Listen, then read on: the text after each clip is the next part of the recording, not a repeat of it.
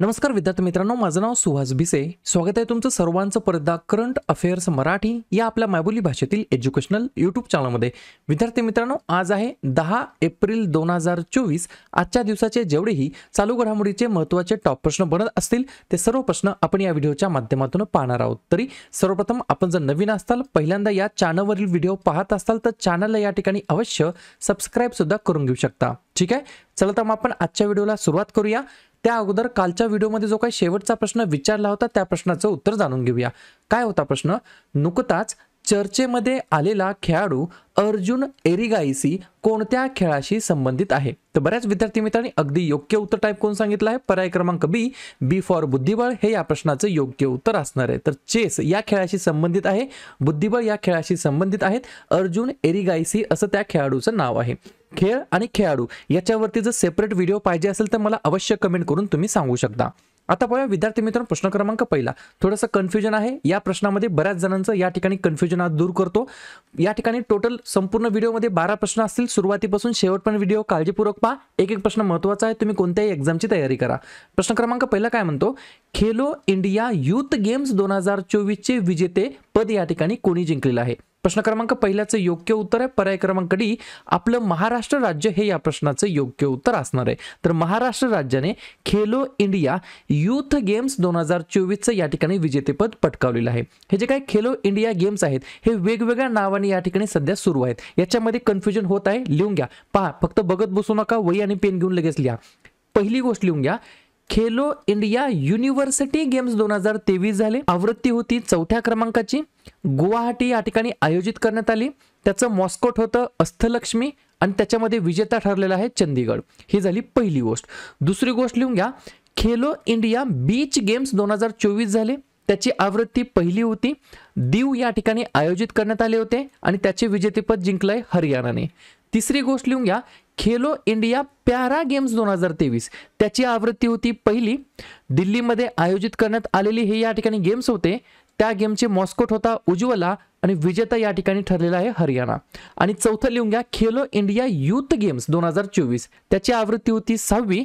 तमिळनाडू या ठिकाणी आयोजित करण्यात आलं होतं. मॉस्कोट होतं वीर मंगाई आणि विजेतेपद या ठिकाणी जिंकलं आहे महाराष्ट्राने. काय समजलं तुम्हाला मी काय सांगतोय ते? हे जे काही सुरुवातीचं होतं ते होतं खेलो इंडिया युनिव्हर्सिटी गेम्स, त्यानंतर खेलो इंडिया बीच गेम्स, त्यानंतर खेलो इंडिया पॅरा गेम्स आणि त्यानंतर खेलो इंडिया यूथ गेम्स. याच्यामध्ये कन्फ्युजन होऊ शकतं. क्लिअर? पाहूया पुढचा प्रश्न. प्रश्न क्रमांक दुसरा. मनसुख मांडविया कोण आहेत? मला लगेच कमेंट या ठिकाणी करून सांगायचं आहे.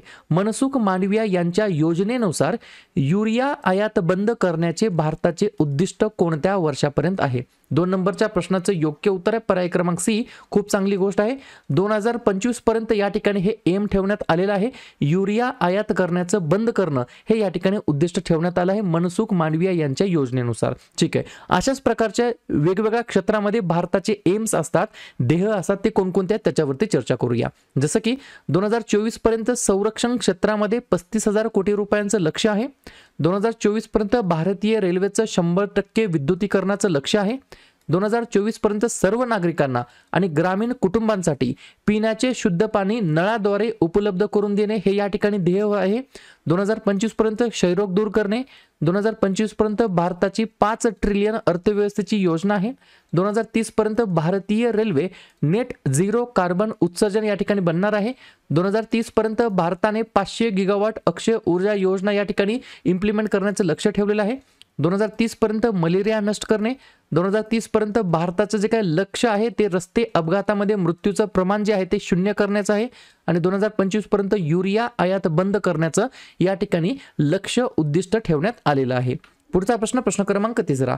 National cooperative dairy federation of इंडियाचे अध्यक्ष म्हणून कोणाची नियुक्ती करण्यात आलेली आहे? 3 नंबरच्या प्रश्नाचं योग्य उत्तर आहे पर्याय क्रमांक बी, मिनेश शहा असं त्यांचं नाव आहे. काय नाव आहे? मिनेश शहा असं त्यांचं नाव आहे. त्यांना या ठिकाणी national cooperative dairy federation of India याच्यामध्ये ॲज अ चेअरमॅन म्हणून त्यांची नियुक्ती करण्यात आली आहे. मिनेश शहा हे या प्रश्नाचं योग्य उत्तर असणार आहे. प्रश्न कशा संदर्भात आहे? महत्त्वाच्या नियुक्तीबद्दल. तर लगेच नवनवीन नियुक्त्यांवरती आपण चर्चा करूया.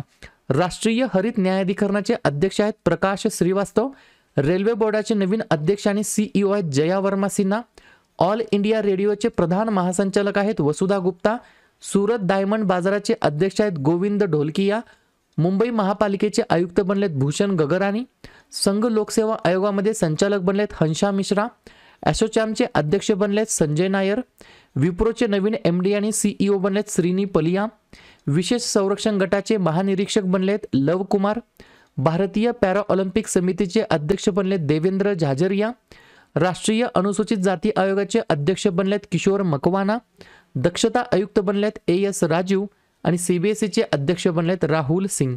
पुढचा प्रश्न क्रमांक 4 महत्त्वाचा प्रश्न आहे.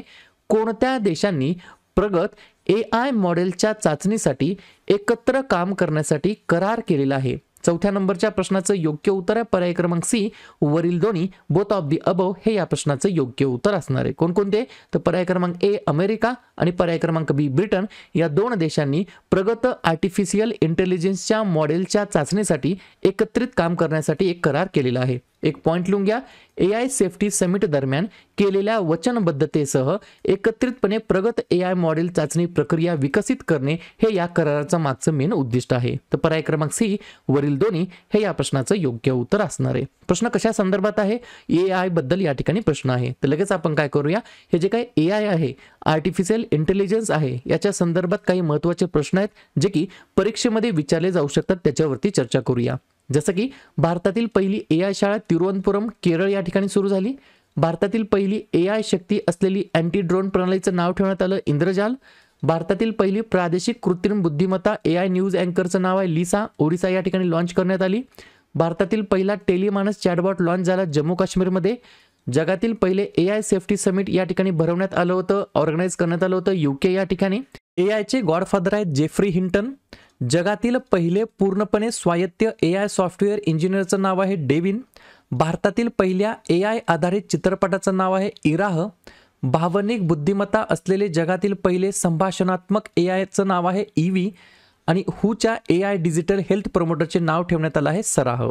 बघूया पुढचा प्रश्न क्रमांक 5 महत्त्वाचा प्रश्न आहे, विचारला जाऊ शकतो.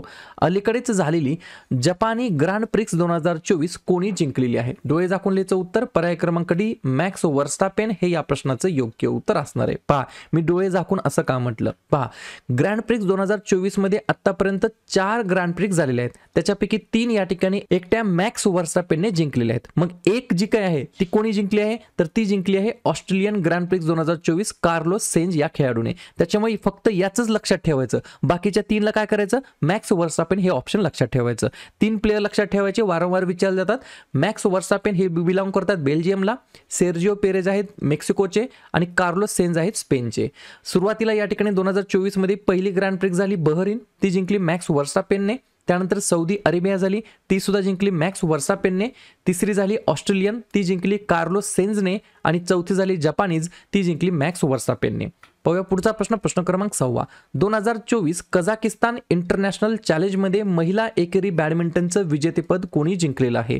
6व्या नंबरच्या प्रश्नाचं योग्य उत्तर आहे पर्याय क्रमांक C अनुपमा उपाध्याय असं त्यांचं नाव आहे. त्यांनी या ठिकाणी कझाकिस्तान इंटरनॅशनल चॅलेंज महिला एकेरी 2024 बॅडमिंटनचं विजेतेपद या ठिकाणी पटकावलेलं आहे. प्रश्न आहे क्रीडा स्पर्धेबद्दल. तर लगेच इंडिव्हिज्युअली वेगवेगळ्या क्रीडा स्पर्धेमध्ये जे काही विजेतेपद पटकावलेले खेळाडू आहेत त्यांच्यावरती चर्चा करूया. जसं की चेन्नई ग्रँड मास्टर्स बुद्धिबळ 2023 जिंकलेला आहे डी गुकेशने. सर्वोत्कृष्ट पुरुष धावपटू अपंग कॅटेगरीमधील पुरस्कार जिंकलेला आहे सुमित अंतिल यांनी. राष्ट्रीय बॅडमिंटन चॅम्पियनशिप 2023 महिला एकेरीचं विजेतेपद जिंकलेलं आहे अनमोल खरब यांनी. याच राष्ट्रीय बॅडमिंटन चॅम्पियनशिप 2023 मध्ये पुरुष एकेरीचं विजेतेपद जिंकलं आहे चिराग यांनी. चेन्नई ओपन चॅलेंजर 2024 मध्ये पुरुष एकेरीचं विजेतेपद पटकावलेलं आहे सुमित नागल यांनी. फ्रेंच ओपन दुहेरी 2024चं विजेतेपद दुहेरी या ठिकाणी खेळाडूंनी जिंकलेलं आहे चिराग शेट्टी आणि सात्विक साईराज रंकीरेड्डी यांनी. मियामी ओपन 2024 पुरुष दुहेरीचं विजेतेपद पटकावलेलं आहे रोहन बोपन्ना आणि मॅथ्यू अपडेन यांनी. आणि कझाकिस्तान इंटरनॅशनल चॅलेंजमध्ये या ठिकाणी महिला एकेरीचं विजेतेपद पटकावलेलं आहे अनुपमा उपाध्याय असं त्यांचं नाव आहे. पुढचा प्रश्न प्रश्न क्रमांक 7. कोणत्या प्रसिद्ध न्यूरोलॉजिस्टला यूकेच्या जागतिक दर्जाच्या संशोधन संघाचे सदस्य बनवण्यात आलेलं आहे? 7व्या नंबरच्या प्रश्नाचं योग्य उत्तर आहे पर्याय क्रमांक बी, डॉक्टर अश्विनी केशवन असं त्यांचं नाव आहे. त्यांना या ठिकाणी विद्यार्थी मित्रांनो AK असं लक्षात ठेवा. AK आणि UK याच्यामुळे या ठिकाणी लक्षात ठेवायला सोपं जाईल. ठीक आहे, AK ला नियुक्त करण्यात आलं आहे UK मध्ये. ठीक आहे, अश्विनी केशवन कोण आहेत? प्रसिद्ध न्यूरोलॉजिस्ट आहेत. ठीक आहे, 2-3 पॉईंट लिहून घ्या. रक्ताच्या चाचण्यांद्वारे स्मृतिभ्रंश रोगाचा शोध घेण्याच्या दिशेने संशोधन आणि अधिक पुरावे गोळा करण्याचे काम या टीमला देण्यात आलेले आहे. या संशोधन पथकाच्या निष्कर्षाचा पुढील 5 वर्षांमध्ये अधिकाधिक वापर करता येणार आहे. स्मृतिभ्रंश झालेल्या लोकांची स्मरणशक्ती कमकुवत असते, या गोष्टी तुम्हाला लक्षात ठेवायच्या आहेत. पुढचा प्रश्न प्रश्न क्रमांक 8. अलीकडेच परिवर्तन चिंतन नावाची पहिली त्रिपक्षीय सेवा नियोजन परिषद कोठे झालेली आहे? तर पर्याय क्रमांक ए, भारताची राजधानी नवी दिल्ली हे या प्रश्नाचं योग्य उत्तर असणार आहे. 2-3 पॉईंट लिहून घ्या. केंद्रीय संरक्षण मंत्रालयाने हे या ठिकाणी त्रिपक्षीय सेवा नियोजन परिषद आयोजित केलेली होती. Chief of defence staff general Anil Chauhan यांच्या अध्यक्षतेखाली ही या ठिकाणी संपन्न झाली आहे. नाविन्यपूर्ण सुधारणा आणि उपक्रमांद्वारे संयुक्त एकीकरण आणि भविष्यातील संघर्षासाठी तयारी वाढवणे हा याच्या मागचा या ठिकाणी एकमेव उद्देश होता. पुढचा प्रश्न प्रश्न क्रमांक 9 विचारला जाऊ शकतो. नुकतेच कोणत्या ठिकाणी योग महोत्सवाचे आयोजन करण्यात आलेले होतं? 9व्या प्रश्नाचं योग्य उत्तर आहे पर्याय क्रमांक डी, महाराष्ट्र राज्य. आणि महाराष्ट्रामध्ये पर्टिक्युलरली कोठे असं विचारलं तर पुणे या ठिकाणी विद्यार्थी मित्रांनो योग महोत्सवाचं आयोजन करण्यात आलं होतं. 2 पॉईंट लिहून घ्या. आंतरराष्ट्रीय योग दिवसाच्या 75 दिवसांच्या काउंट डाऊनच्या स्मरणार्थ हे आयोजन करण्यात आलं होतं. त्याच्यामुळे तुम्हाला हेही लक्षात ठेवायचं आहे, आंतरराष्ट्रीय योग दिवस इंटरनॅशनल योगा डे कधी असतो? दरवर्षी 21 जूनला.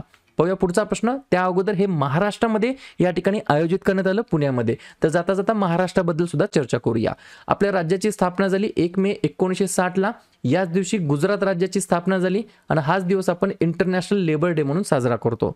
मुख्यमंत्री आहेत एकनाथ शिंदे, राज्यपाल आहेत रमेश बैस आणि राजधानी आहे मुंबई. 3 महत्त्वाचे राष्ट्रीय उद्यान आहेत, चांदोली, संजय गांधी आणि ताडोबा. आणि 4 महत्त्वाचे धरण आहेत, उजनी, पवना, जायकवाडी आणि कोयना.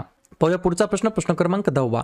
सागर कवच या व्यायामाचे आयोजन कोठे करण्यात आलेलं होतं? 10व्या नंबरच्या प्रश्नाचं योग्य उत्तर आहे पर्याय क्रमांक सी, लक्षद्वीप हे या प्रश्नाचं योग्य उत्तर असणार आहे, ज्या ठिकाणी सागर कवच या व्यायामाचे आयोजन करण्यात आलेलं होतं. 1 पॉईंट लिहून घ्या. भारतीय नौदल, भारतीय तटरक्षक दल, सागरी पोलीस, मत्स्य व्यवसाय, सीमाशुल्क यासह सर्व सागरी सुरक्षा संस्था आणि इतर सुरक्षा यंत्रणा यांनी या ठिकाणी सरावामध्ये भाग घेतलेला होता. तर लक्षद्वीप या ठिकाणी सागर कवच या व्यायामाचे आयोजन करण्यात आलेलं होतं. पुढचा प्रश्न प्रश्न क्रमांक 11. कोणत्या देशाने गाझामध्ये तात्काळ युद्धबंदीसाठी मानवाधिकार परिषदेने मंजूर केलेल्या ठरावावरती मतदानापासून दूर राहणे निवडलेले आहे? अगदी चांगली गोष्ट केलेली आहे. पर्याय क्रमांक बी फॉर आपला प्यारा भारत देश हे या प्रश्नाचं योग्य उत्तर असणार आहे. अशा प्रकारे शेवटचा प्रश्न प्रश्न क्रमांक 12. नुकतीच पहिली US जपान फिलिपिन्स शिखर परिषद कोठे सुरू झालेली आहे? तर पर्याय क्रमांक ए, वॉशिंग्टन हे या प्रश्नाचं योग्य उत्तर असणार आहे. क्लिअर?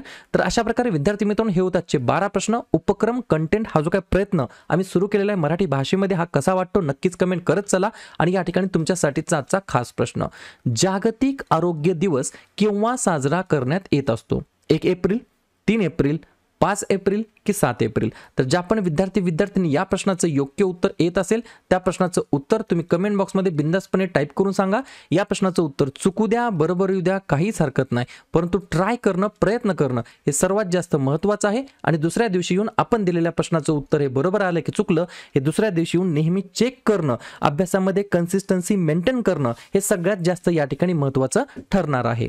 तर लगेच एप्रिल महिन्यातील जे काही महत्त्वाचे दिवस आहेत त्याच्यावरती आपण चर्चा करूया. लिहून घ्या. 1 एप्रिल ते 7 एप्रिल पहिला आठवडा आपण अंधत्व प्रतिबंध आठवडा म्हणून आपण साजरा करतो. 2 एप्रिल आंतरराष्ट्रीय बाल पुस्तक दिवस. 4 एप्रिल खान जागृतीसाठी आंतरराष्ट्रीय दिवस. 5 एप्रिल राष्ट्रीय सागरी दिवस. 7 एप्रिल जागतिक आरोग्य दिवस. 9 एप्रिल जलसंधारण दिवस. 11 एप्रिल महात्मा ज्योतिबा फुले यांची जयंती तसेच जागतिक पार्किन्सन दिवस असतो. 13 एप्रिल जालियनवाला बाग स्मृती दिवस. 14 एप्रिल डॉक्टर बाबासाहेब आंबेडकर यांची जयंती. 15 एप्रिल जागतिक कला दिवस तसेच जागतिक सांस्कृतिक दिवस. 16 एप्रिल जागतिक ध्वनी दिवस. 18 एप्रिल आंतरराष्ट्रीय स्मारके व जागा दिवस आणि जागतिक वारसा दिवस. 21 एप्रिल भारतीय नागरी सेवा दिवस, 22 एप्रिल जागतिक पृथ्वी दिवस, 23 एप्रिल जागतिक पुस्तक दिवस आणि इंग्रजी भाषा दिवस, 24 एप्रिल भारतीय पंचायती राज दिवस, 25 एप्रिल जागतिक मलेरिया दिवस, 26 एप्रिल जागतिक बौद्धिक मालमत्ता दिवस आणि 29 एप्रिल आंतरराष्ट्रीय नृत्य दिवस. क्लिअर?